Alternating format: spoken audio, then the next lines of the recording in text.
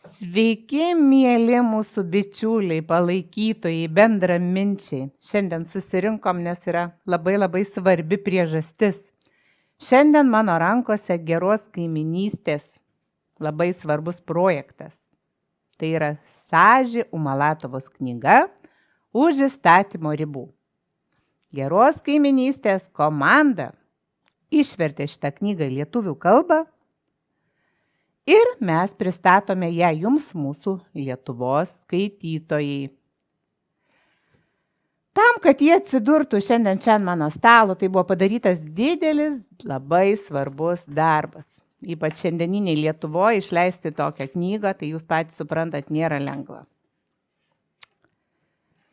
Ir noriu jums pacituoti patį pirmąjį puslapį.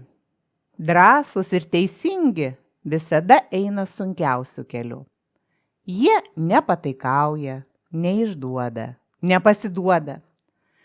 Susitikimas su Saži tai labai dosni likimo dovana. Dėkojame gerbiamai Saži už bičiulystę ir unikalią dovaną Lietuvos skaitytojams. Ši knyga yra svarus indėlis saugant istorinę tiesą, pagarbiai su meile ir dėkingumu Tarptautinio geros kaiminystės forumo komanda. Tai čia toks labai gražus mūsų bendras darbas. Ir šiandien mes turim svečiuose Rimantą Greičių, kuris yra šitos knygos krikštatėvis, jis ją kaip kūdikį užaugino savo žodžiu, savo širdimi, ją išvertė ir būtent jo dėka mes galim skaityti šitą knygą gimtąją lietuvių kalbą. Tai Rimantai, žodis jums.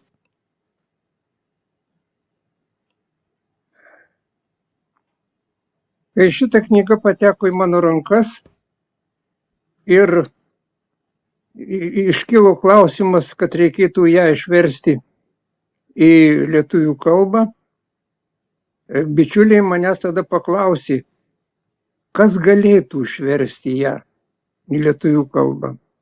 Aš iš karto atsakiau, galėtų išversti toks Rimantas Greičius, nes pirmiausia, man Saži Umalatovos pavardė buvo gerai žinoma. Aš puikiai prisimenu 90 metų gruodžio 17 dienos Tarybų Sąjungos liaudies deputatų suvažiavimą. Jis tada buvo transliuojamas tiesiogiai. Aš sėdėjau prie televizoriaus ir stebėjau jį. Ir mačiau ir girdėjau, kai Saži pakilo į tribūną. Ir sėdint už nugaros prezidiume tuometiniam Tarybų Sąjungos prezidentui Gorbačiovui pareikalavo jo atsistatydinimo. Tai buvo drąsus, ypač drąsus poelgis. Ir todėl, pamatęs jos pavardę ir dar toks pavadinimas Vnie zakona už įstatymo ribų, aš nedvejodamas sutikau tą knygą versti į lietuvių kalbą.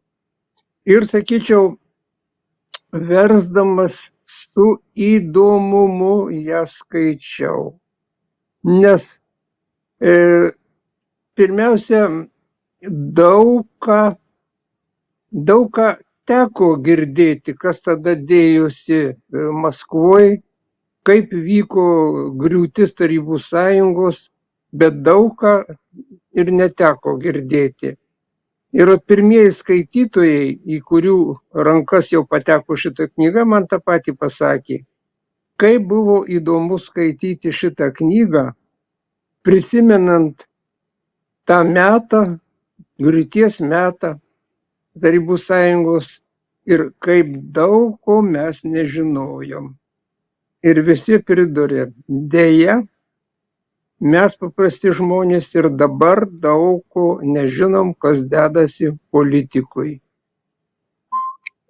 Tai va tokie būtų mano tokios mintys po to, kai užverčiau paskutinį puslapį ir iš karto tą pačią dieną paskambinau Sažiui ir pasakiau, kad jūsų knyga jau išversta. Ji ačiū. Nu ir dar pridursiu, kad Neseniai knyga lietuvių kalba, jau šita knyga, jos lietuvių kalba, iškeliavo į Maskvą pas ją. Ir aš užrašiau rusų kalbą jai ant tos knygos taip. Dariu vam vašų knygų. Dovanoju jums jūsų knygą. Užrašiau ir rusų, ir lietuvių kalbom. Jis sakė, man bus brangiausia dovana pasiekusi mane iš Lietuvos. Prašau tęsti. Taip, klausau jūsų, šiurpuliukai eina per nugarą, nes ta moteris tikrai jinai yra unikali, nepakartojama ir tai yra tikra tautos didvyrė.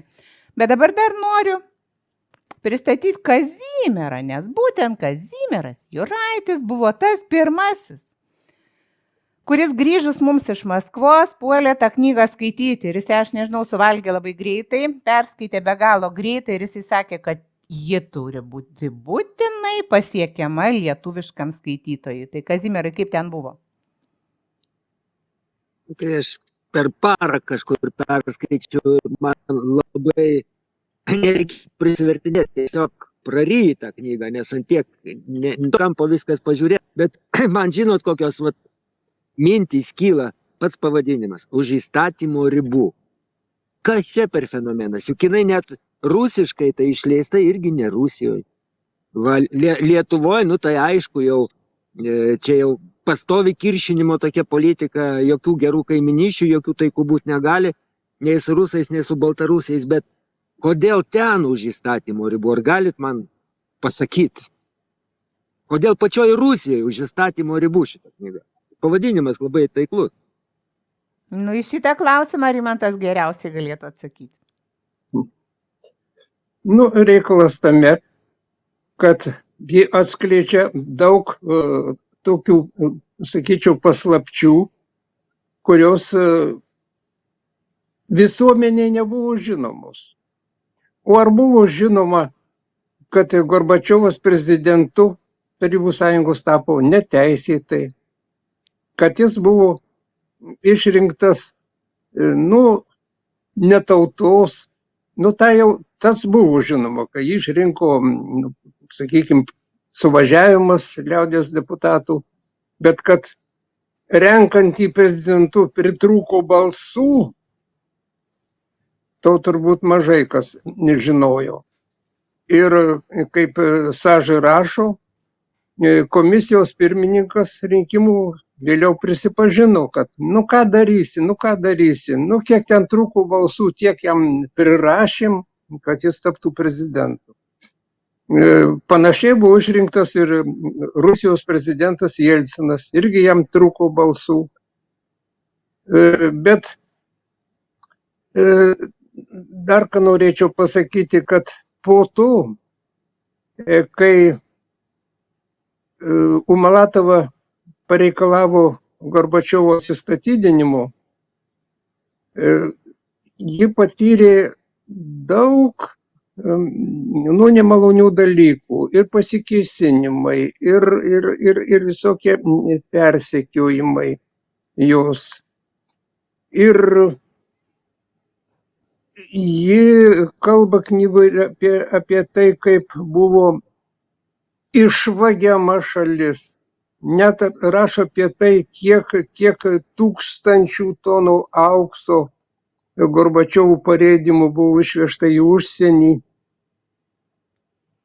Ir vėl kyla mintis, kodėl mūsų skaitytojui būtinai reikia tą knygą perskaityti.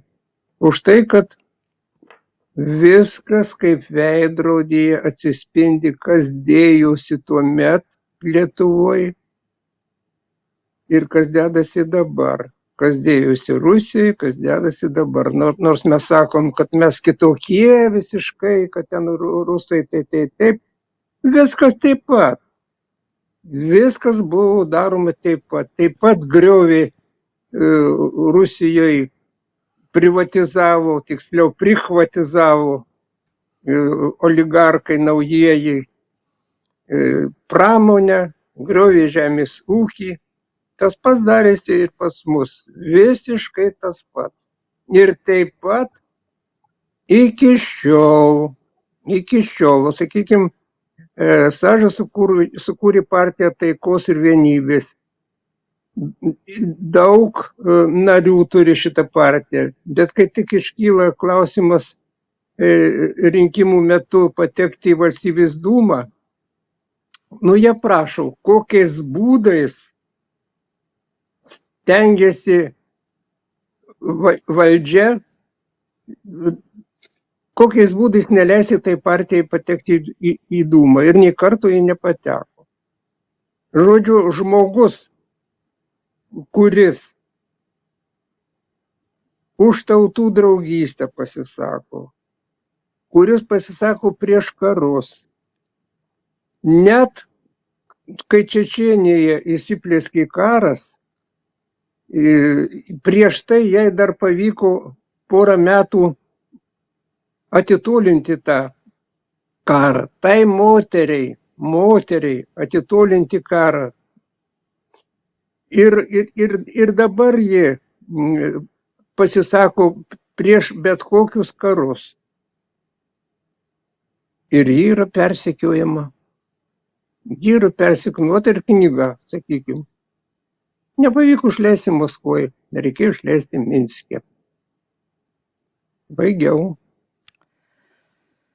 Taip jau vyksta, kad opozicija ji visada yra ir yra visada nemėgiama. Bet jeigu kalbant apie Tarybų sąjungą, tai reikia pasakyti gerbiamam klausytojui, kad jūsgi žinot, kad kiekvieną gerą darbą galima paversti blogu, jeigu tam susidaro atitinkama situacija. Ir kada tokia šalis kaip Tarybų sąjunga po karo pradėjo 7-myliais žingsniais keliauti į priekį, kurti, statyti gamyklas, miestus, žinoma, kad tai nepatiko kapitalistiniam pasauliui. Ir matydami, kad ta teritorija pradeda klestėti, bet tai yra teritorija, kurią būtų smagu pasidalinti, tai yra įstaigos, įmonės, tai yra ištekliai, kuriuos gera turėti privačiuose rankose, jie pradėjo savo juodą darbą jau nuo 1960 metų. Vyko sabotažas, vyko pasiruošimas ir paruošimas terpės, kaip sugriauti šalį, kaip perimti, kaip privatizuoti. Tai galų galiai ir įvyko, tai įvyko ir pas mus, kaip sako Rimantas Greičius. Ir tai, kad prezidento rinkimai kapitalistiniam pasauliu dažniausiai būna nesąžiningi ir perkami, tai tik įrodo, kad tikrai tas kapitalizmo pavadinimas, kurį mums mokyklose sakydavo supuvęs kapitalizmas, yra ne iš piršto laužtas. Bet aš noriu dar pasakyti apie tai, kad Geros kaiminystės forumo komanda buvo pas Sąžių Malatovą svečiuose. Mes buvom priimti kaip patys mieliausi svečiai, kaip žmonės, kurie pažįstami 1000 metų. Mes buvom priimti su tokia didelė meilė, pasitikėjimu. Ir šitas susitikimas liks mūsų širdise visam gyvenimui.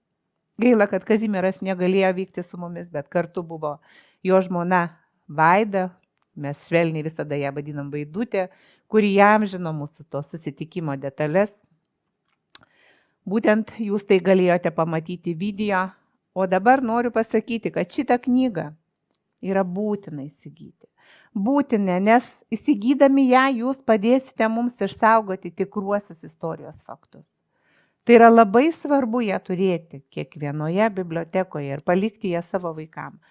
Prieš tos knygos išleidimo tai prisidėjo labai daug žmonių, didelė komanda, kurie čia nepaminėti. Tai daugiausiai tai dirbo dar ir Kazimiero šeimynos komandos nariai. Noriu pasakyti, kad Kazimiero Juraičio šeimyna yra unikali savo gyvenimo būdų, unikali savo gerumu, savo noru visada daryti kažką gero ir nelaukiant atlygio. Tai čia žinau, kad ir Vaidutės sesuo padirbėjo. Žodžiu, šita knyga yra bendras Geros kaiminystės kolektyvinis darbas. Labai, labai gražus darbas. O kur ir kaip ją įsigyti, tai gal Kazimierai papasakok. Aš tai dar noriu tiek, kam ją reikia. Gal nereikia. Man jinai labai, žinot, tas ir pokalbis primena krikščionybės laikus kažkodėl tai, kur ten nieko blogo jie nesakydavo, tenai atrodo nauja tik tai idėja kažkokia skleidžia, kad čia meilė, spinduliuoti atlaidumą, ten toleranciją, kaip juos ten varinėjo po katakombas. O nieko atrodo blogo nedarė žmonės. Tai man šita už įstatymo ribų, atrodo, kas čia tokio, papasakok tiesą, ir viskas, kitoks požiūris. Bet gal čia ir yra didžiausias nusikaltimas, kai nori perrašyti istoriją, įteisinti plėšikavimus tuos, juk įsivaizduojate, jeigu visi sužinos tą istoriją, tai tada gali ateiti laikas, tai palauk, tai gal tas turtas buvo išvogtas vykti, tai neteisėtais pats principas, arba daugybė tokių ir pas mus fragmentų yra vastojimas į tą Europos Sąjungą, už kurį ir tau, Erika, dabar baudžiamasis persekiojimas, abejonės matai teisėtumu, nors akivaizdu, kad už alų ir milteles negali būti referendumas kelias dienas. Tai ta knyga man tokia, švieso alternatyvaus gyvenimo, kaip kokia, reali šių laikų evangelija kažkokia, tai aš nežinau, visiškai kitoks požiūris į tuos mums peršamą pasaulį, kuris buvo. Tai įsigyti ją galima, tai paprasčiausias būdas būtų gyvai. Jeigu Klaipėdos krašte ar Gargžduose, tai pas Rimantą ten tam regione, kas aplink Kauną, tai pas Eriką, kas arčiau Vilniaus, arba į studiją, arba pas mane. Tai toks greičiausias, patikimiausias būdas, kadangi sąskaitas pastoviai blokuoja, uždarinėja, tai susitikus mes visi ją turim ir duotume tą knygą.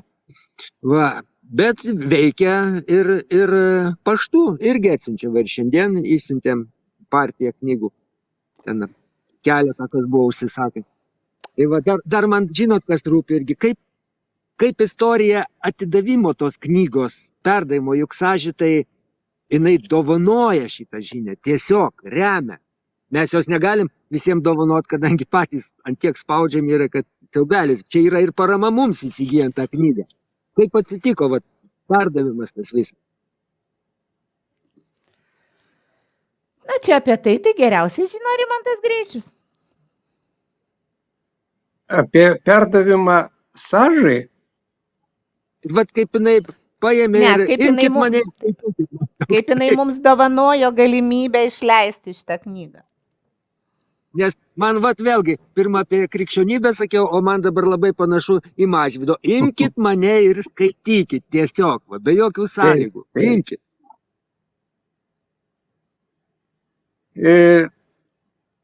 Sąžai labai apsidžiaugė, sužinojusi, kai jos knyga bus išversta į lietuvių kalbą. Ir iš karto atsiuntė sutikimą. Ir man dar ką malonu pridurti. Tas sutikimas reikalingas buvo, reikėjo pateikti Mažvydo bibliotekai. Ir kai aš paskambinau į biblioteką ir pasakiau, kad tokį sutikimą Sąža atsiuntė man elektroniniu paštu, žinoma, rusų kalba, aš sakau, gal reikia išversti į lietuvių kalbą prieš jums siunčiant. Man moteris darbuotoja bibliotekos tokį malonių balsų pasakė, ką jūs, nereikia versti į lietuvių kalbą, jau sutikimo. Atsiųskit mums, mes dar neužmiršom rusų kalbos. Ir dar noriu pridurti tokius gana įdomius dalykus. Pirmiausia, čia Erika minėjo, kad prie išleidimų prisidėjo komanda, paminėjau tos komandos narius. O aš norėčiau dar pasakyti, kad knygoje, ten pačioj pradžioj knygoje rasit eilę pavardžių tų žmonių, jos visos lietuviškos pavardės, kurie išgirdę, kad mes norim išleisti tokią knygą, parėmė lėšomis, taip sakant, nepaskolino, o padovanojo. Ir ypač vieną pavyzdėlį, nesakysiu pavardės, tik vardą, Klaipėdoj moteris man paskambino, paprašė, kad aš jai ji nori įsigyti mano knygą paskutinę Šviesa ir šešėliai, susitarėm, kur susitiksim, aš atvažiavau, įteikiau šitą knygą ir visai netikėtai šitą Stasį ištraukė iš rankinuko 300 eurų ir man paduoda. Sako, o čia Sažo Malatovos knygos išleidimui. Mano dovana. Kai aš pasakiau apie tai Sažai, oi, kokie žmonės tie lietuviai, kokie nuostabūs. Kai sutiksit Stasę, apkabinkit ją, padėkokit jai. Taip Nu, gal norisi gana. pasakyti, kad lietuviai tikrai yra dori, geri, darbštus ir nuostabus, bet tos jėgos, kurios dabar mestos tam, kad mes būtumėm sukiršinti dėl įvairiausių priežasčių, dėl skiepų, dėl karo, dėl politikos, jo žinoma ne į naudą, bet dar turiu tokį prašymą. Jeigu jūs, mėly žiūrovai, savo miestelį ar kaimuke turėtumėt galimybę surinkti 10-20 žmonių ir pakviesti mus atvažiuoti ir padaryti tą mažąjį šios nuostabios knygos pristatymą, mes tikrai atvažiuotume, jūs galėtumėte įsigyti, mes ir pabendrautume, ir susipažintume, ir ko gero tai būtų nutiesti dar vieni gražūs geros kaiminystės tiltai.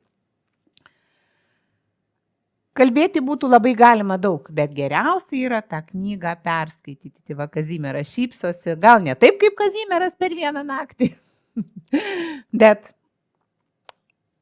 skambinkit, rašykit ir mes padėsim jums ją įsigyti, kad ji kuo greičiau pasiektų jūsų namus. O dabar nežinau, ką dar galėtume pridurti. Kazimierai, gal tu ką nors? Prisidedu tik to, kad aš šnekėt be galo, gal dar. Tarp kitko, aš pradžiai sutiko ir dalyvautis platesniam anksti gal kur ir kaip principo tai su jie pačia. Teisingai supratau, taip? Taip, mes darysim galimybę dalyvauti knygos pristatyme, į kurį prisijungs Saži. Ir galima bus jai užduoti klausimų. Dėl saugumo sumetimų mes šiandien neskelbėme, kur tai vyks, bet labai norintis. Susisiekite su mumis ir mes nurodysim jums tą vietą, kur jūs būsite laukiami, galėsite įsigyti knygą, pamatyti Sažį gyvai. Aš va dabar su kirčiavimu, taip, žinokit, Rimantai pasimetus, nes Saži tai lietuviškai, lyg tai taip šiltai, o Saži tai lyg tai taip labai rimtai, kietai ir tvirtai. Tai man jinai ir šilta, ir tvirta. Aš tik tai todėl sakau, kad reikia kirčiuoti Sažį, už tai, kad aš jos pačios paklausiau. Tai jūs Sažį ar Saži? Ir man iš karto Sažį. Tvirtai taip. Nu ir tiek. O dabar dar noriu pasakyti apie Kazimiero skaitymą per naktį. Nu, žinot, yra įvairiausių skaitimų ir įvairiausių skaitovų. Man keli skaitytojai pasakė tokį dalyką, kai paskambino, aš jau paklausiau, sakau, tai ką, jau turbūt perskaitėt Sažį knygą? Ne, sako, tokią knygą tai reikia, taip sakant, kaip skanėstą valgyti po truputėlį. Aš sako, kelis puslapius perskaitau ir atidedu kitai dienai, noriu pratęsti tą malonumą. Tai va, tai kad tas malonumas pasiektų jūsų namus, jūs jau šiandien galite dėti pastangas, mėlyjeji, o aš manau, kad mes susitiksim dar daug kartų ir nuveiksim dar daug gerų, gražių darbų. Kviečiu jungtis į geros kaiminystės forumo komandą, mums reikalingi esat visi. Ir dar vat keletą tokių pikantiškų pastabėlių. Kai mes nusintėm Sažį viršelį, jinai buvo labai sužavėta, sakė, ir kasgi jį tokiu gražiu padarė. Nes rusiškas Sažį knygos viršelis toks kuklokas, toks pilkos spalvos ir nu, jisai gal ir nepritraukė tiek dėmesio pats viršelis, kiek pavardė. Nu, o mes tiesiog padarėm taip, kaip mums atrodė, ir čia yra jos knyga jaunystėje, tai jinai dirbo suvirintoje. Tai va, tai jai labai patiko. Jis sakė, atskirai labai dėkoju už nuostabiai gerą viršelį. To viršelį pas mus sukūrė Dmitrijus Glaskovas. Tai nežinau, ką dar pridurti, nebent jūs dar ką nors norit. Man tai norisi dar ką pasakyti. Man labai įdomu, kaip sureaguos į šitos knygos išleidimą mūsų bibliotekos.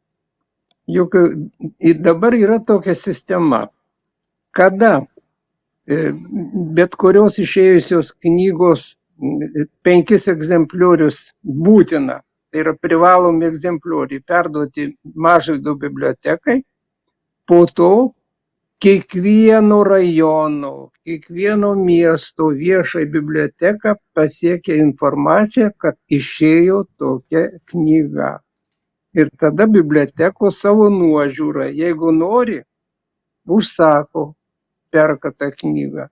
Bet man labai įdomu, ar bibliotekos susidomės šitą knygą. Pasakysiu, kad 2 bibliotekom, su kuriuom aš labai susidraugavęs esu, kur mėgsta mano knygas, aš jau šitą knygą padovanojau. Ir sulaukiau padėkos iš tų bibliotekų vadovų. O šiaip tai sakau, įdomu, ar bus susidomėta biblioteka. Lauksim reakcijos ir dar mes vėliau turėsim labai gerų žinių. Bet jos gal atsiras po mėnesio apie naujus projektus kartu su Saži, apie mūsų naujus darbus, kuriuos mes atliksime kartu su Saži. Bet šiandien tegu tai skaitytojui lieka kaip intriga, kaip paslaptis ir iki kitų susitikimų. Ačiū labai.